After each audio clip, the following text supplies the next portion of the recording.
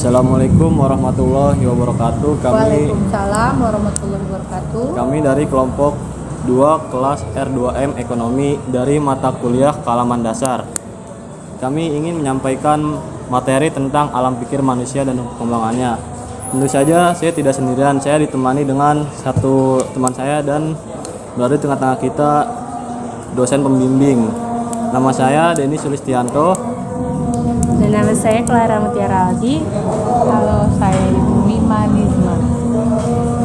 Materi kita hari ini adalah tentang pertama hakikat manusia, sifat manusia, rasa ingin tahu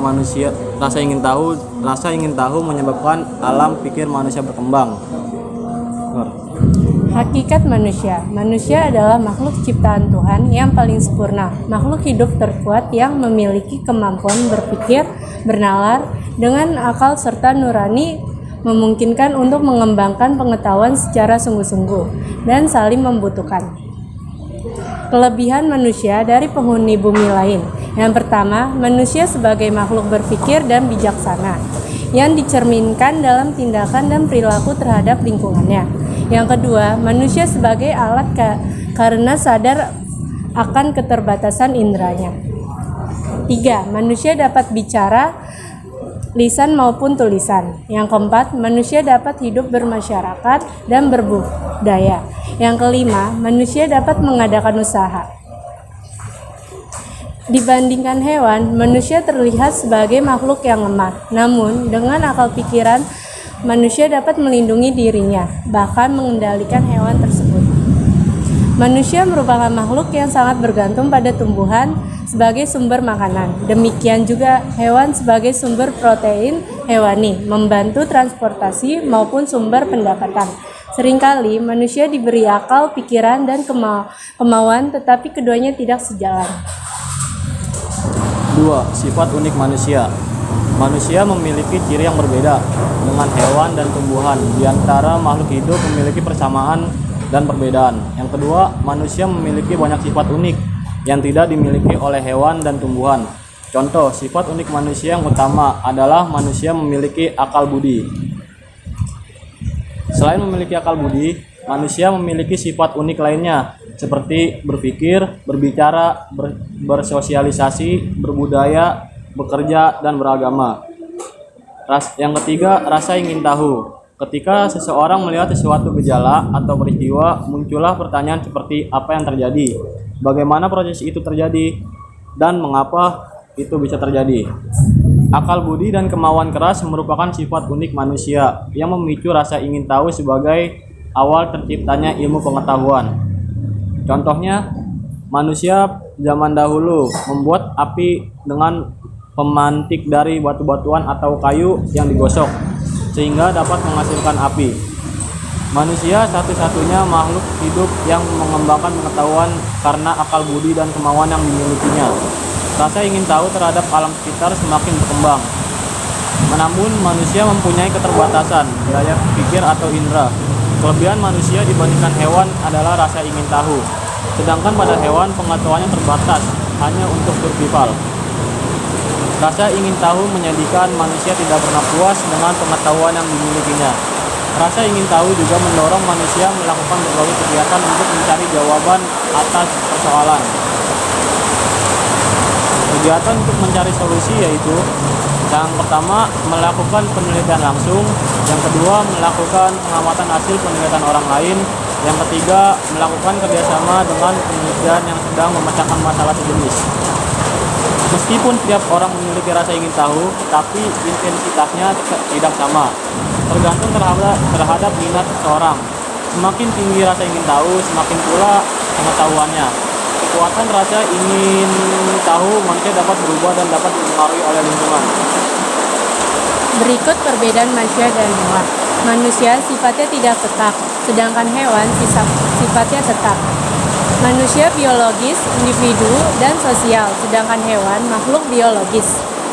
Manusia tidak pernah dapat dipuaskan, apa, bagaimana, mengapa, sedangkan hewan mempunyai insting.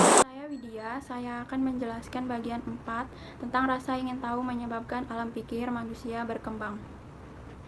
Rasa ingin tahu alam pikiran manusia berkembang melalui kemajuan ilmu pengetahuan, termasuk tentang gizi dan pemenuhan kebutuhan lainnya.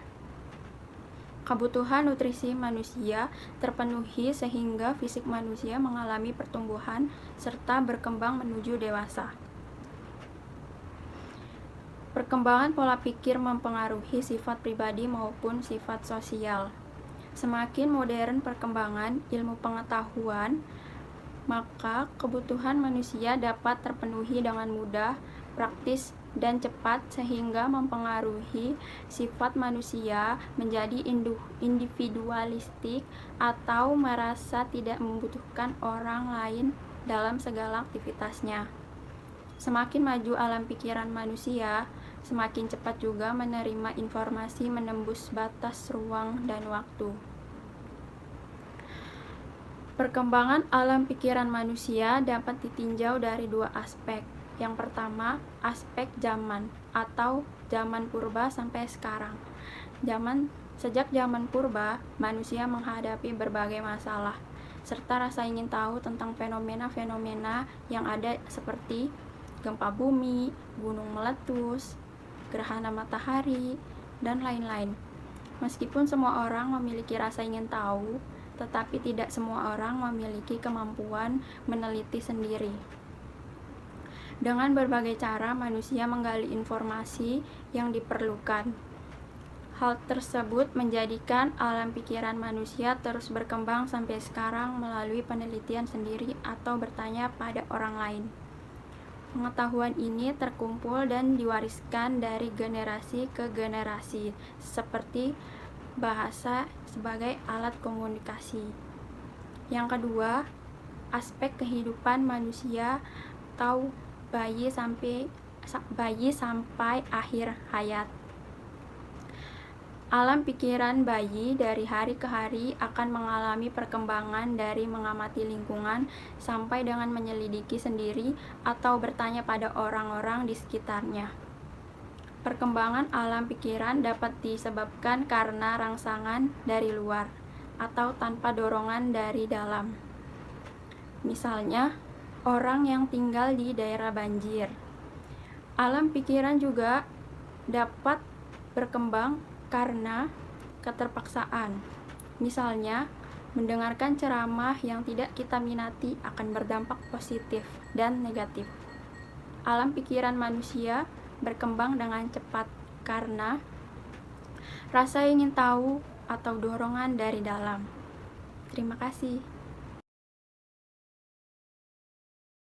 Ibu, bagaimana bisa hasrat ingin tahu manusia dapat menimbulkan ilmu pengetahuan? Manusia mempunyai rasa ingin tahu yang tinggi itu selalu berkembang. Meskipun makhluk lain juga mempunyai rasa ingin tahu, tetapi rasa ingin tahu itu hanya dipergunakan sebatas memenuhi kebutuhan makanannya saja. Tidak perkembangan rasa ingin tahunya untuk menciptakan sesuatu yang melebihi kebutuhan makanannya. Rasa ingin tahu bersifat menetap yang disebut ide curiosity. Berbeda dengan manusia yang punya rasa ingin tahu itu selalu berkembang.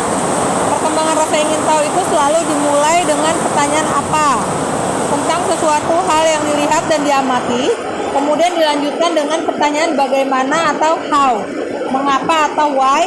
Pertanyaan-pertanyaan seperti inilah yang telah tumbuh sejak anak-anak belajar sama anak-anak. Adanya kemampuan berpikir pada manusia ini yang menyebabkan berkembangnya rasa ingin tahu manusia terhadap segala sesuatu yang ada di alam semesta. Jawaban terhadap berbagai pertanyaan manusia terhadap berbagai gejala atau peristiwa yang terjadi di alam tersebut akhirnya menjadi ilmu pengetahuan. Oke, silakan ada lagi.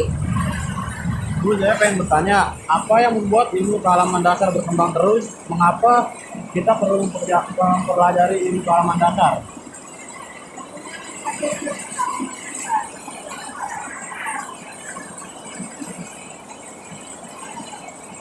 Perlunya mempelajari ilmu kealaman dasar yaitu dalam ilmu kealaman dasar itu memberikan ilmu pengetahuan alam yang perlu dipahami dan didalami, sehingga pengetahuan seseorang sarjana dari fakultas non-eksakta tentang ilmu alam tersebut bisa diandalkan.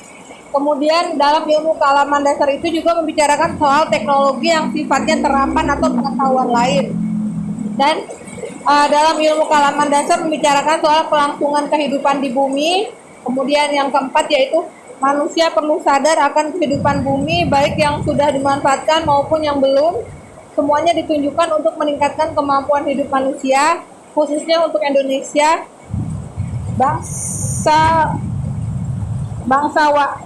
khususnya untuk meningkatkan kemakmuran hidup, menyadari kekayaan alamnya sehingga sampai berapa jauh dapat dimanfaatkan bagi kemakmuran.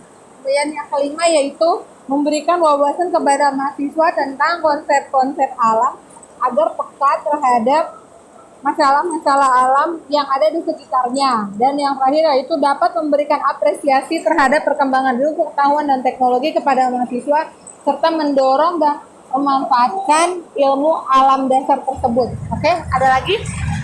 Baik, terima kasih. Berikut presentasi yang dapat kami sampaikan. Apabila ada kekurangan mohon dimaafkan.